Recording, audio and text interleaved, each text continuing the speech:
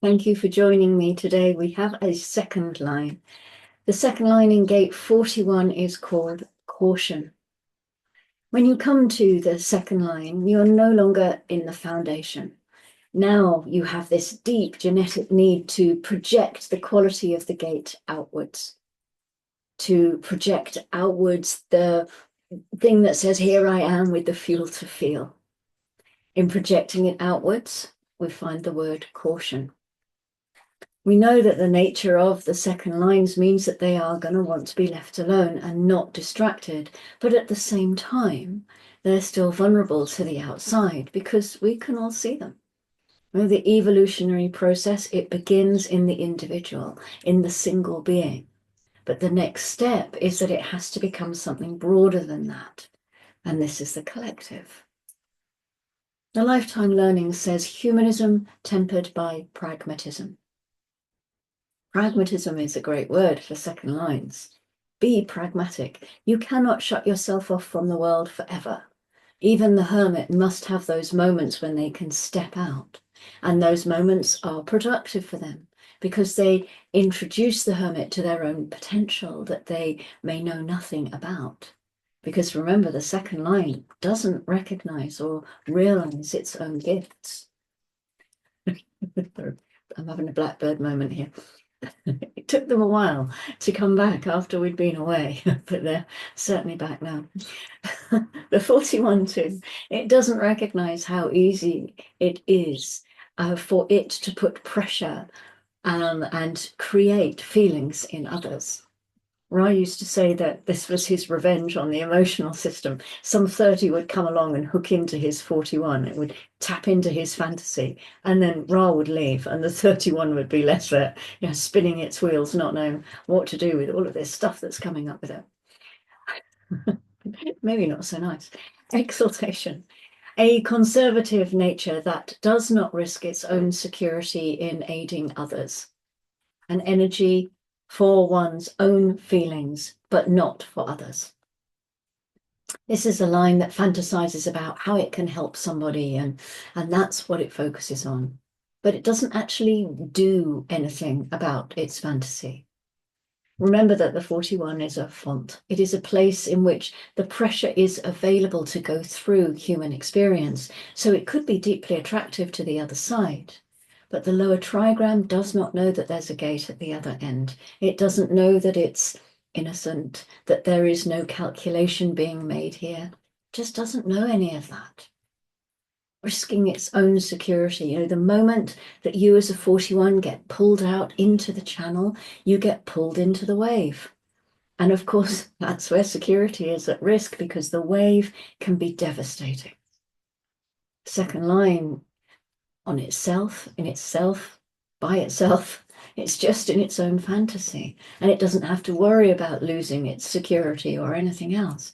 But getting pulled into that 30, it needs to learn its discretion. This is another really powerful sort of signpost for that education of our second lines, that they learn discretion so they hook up with the correct 30. In the detriment, a desire for recognition that throws caution to the wind, depleting valuable resources for only temporary gain. The energy for the display of feelings of recognition. This is trying to get others to recognize that one is a feeling person. Hey, look at me, I'm a feeling person. Remember that the second line is projecting outward, that this stream is about desire for strain. Strain? It's not. It's a desire for change and for experience, and about the desire to fulfill one's fantasy. And there is an expectation that if you have a fantasy and you fulfill your fantasy, that you're going to get something. The second line is projecting outwards that they have this resource inside of them. And it's not good or bad, It's an immature energy, perhaps. The 41-2 energy projecting that out, that they have a feeling and somebody else hooks into it. And then they may discover that they're terribly equipped for that. And so then it can end up going into crisis because the second line can always be a paper tiger. The fact that they are projecting something out, but they can't fulfill the projection. And they can put a lot of energy into projecting it out. They want people to connect to that feeling, although in a way it's not that conscious either. But they want to get their fantasy to the next step. That's natural, and the projection is just part of the mechanic of the second line. This can present all kinds of difficulties for them, but there is something else about this. Because already in the second line, which is very rare, there is a need for others. This is the most sexual of all the streams, this stream of feeling, this human experiential way. And there is no way that the human experience is ever going to be allowed to be individual. It is collective. And as such, early in the second line, there is a need to display this feeling for others, to fulfill the feeling, to fulfill the fantasy, to bring others into that, to share it. The collective process of not having the experience by yourself, but sharing the experience with somebody else. And then the second line is really not equipped for that. The detriment, it's fixed in Mars, it's immature, and it has its problems with that. The exalted is in the Saturnian field, and so it's more secure in its role in that sense. But the grounding, of course, is coming through the 31 in the second line that is called arrogance. The second line can sometimes come across as arrogant because they're so natural in what they do. There's no guile there. They're the hermit who's just getting on with things in their own room. And always we have the genetic continuity to remember. So there is an inherent support between these two gates and the lines of the second line. And my brain is still on holiday. I can't do anything about it. The 31-2, the 41-2 in their relative oblivion, being aware of their own feelings or their own leadership, but not applying that externally, even though they're projecting it outwards. There's a support there in a sense. They're both collective, of course, so the sharing is a big part of that, even in that second line. So it's what to do. I'm moving on to other things. I'm hoping my brain will come back on the next plane. That would be good, wouldn't it? Saturn is moving into gate 22, or it moved into gate 22 actually at a couple of minutes to 1 this morning. This is an individual gate, the gate of openness and grace and disgrace as well, of course. It's in the solar plexus. It's looking up to the 12th gate in the throat. It's a manifestor energy. Being graceful or disgraceful can have quite an impact. Being open or closed can have quite an impact.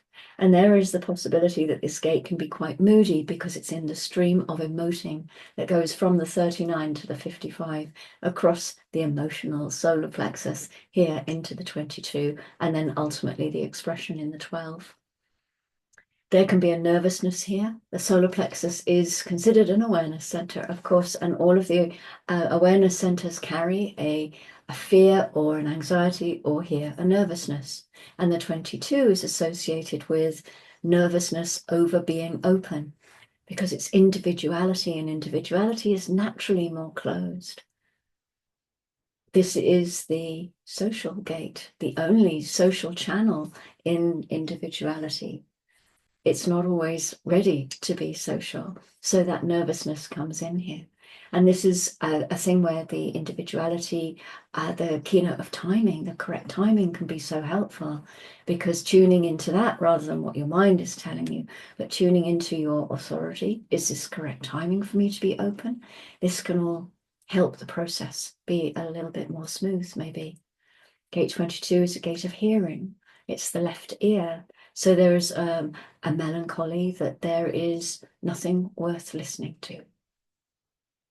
Mercury, also on the move today, moves into gate 61 at 7:26 this morning. The head center, the pressure to know the inner truth and to also know what is unknowable. This is individuality again. So it's a pressure that operates through the pulse energy that is indicated from the format for the circuit. What else can I tell you about that? We know there's always the possibility of mutation through individuality because of that format energy. The channel is the channel of mutation. So knowing the inner truth can be inspiring, and it can be mutative, and it comes in its own timing.